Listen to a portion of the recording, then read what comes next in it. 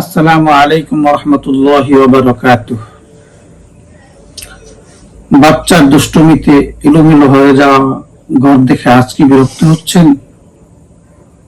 খেলনা ছড়িয়ে আছে, দেয়ালে রঙের দাগ, প্রতিটি কোণ জুড়ে ছোট্ট পায়ের দৌড়ঝাঁপ, সব যেন আগোছালো।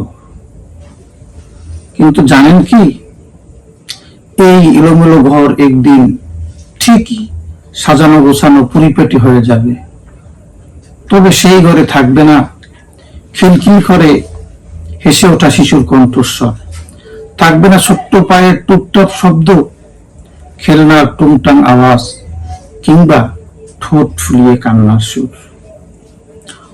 হয়তো তখন আপনার ঘর থাকবে, কিন্তু আপনার সোনামণি তার শৈশব পেরিয়ে বড় হয়ে গেছে।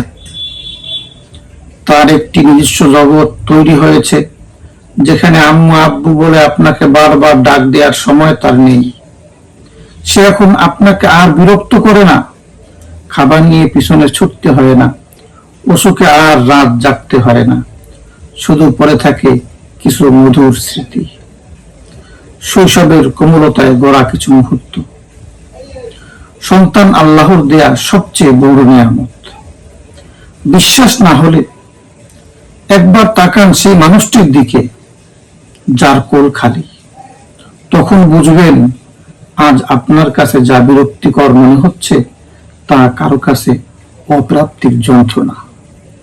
তাই বলছি, আপনার শিশু সন্তানের দুষ্টুমিগুলোকে বিরক্তি নয়, বরং আনন্দের চোখে দেখুন।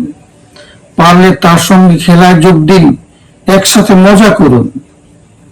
কারণ সময় পেরিয়ে যাবে, থেকে যাবে শুধু স্মৃতি।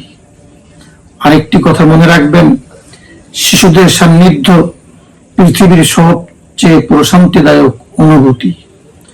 আপনি যে অবস্থাতেই থাকুন না কেন, সন্তানকে কাছে পেলে অন্তর নরম হয়ে যায়, একটা স্বস্তি কাজ করে, যা আপনি দূর থেকে কখনোই পাবেন না।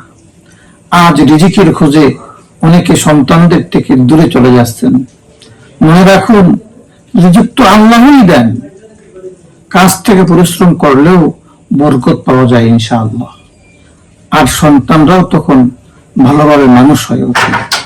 তাদের মূল্যবোধ, আদব কায়দা, চরিত্র সবকিছু গড়ে ওঠে আপনার সান্নিধ্যে।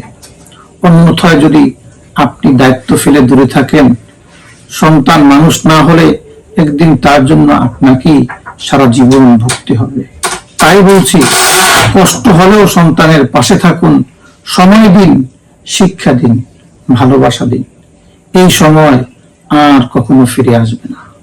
আসসালামু আলাইকুম ওয়া রাহমাতুল্লাহি ওয়া বারাকাতুহু।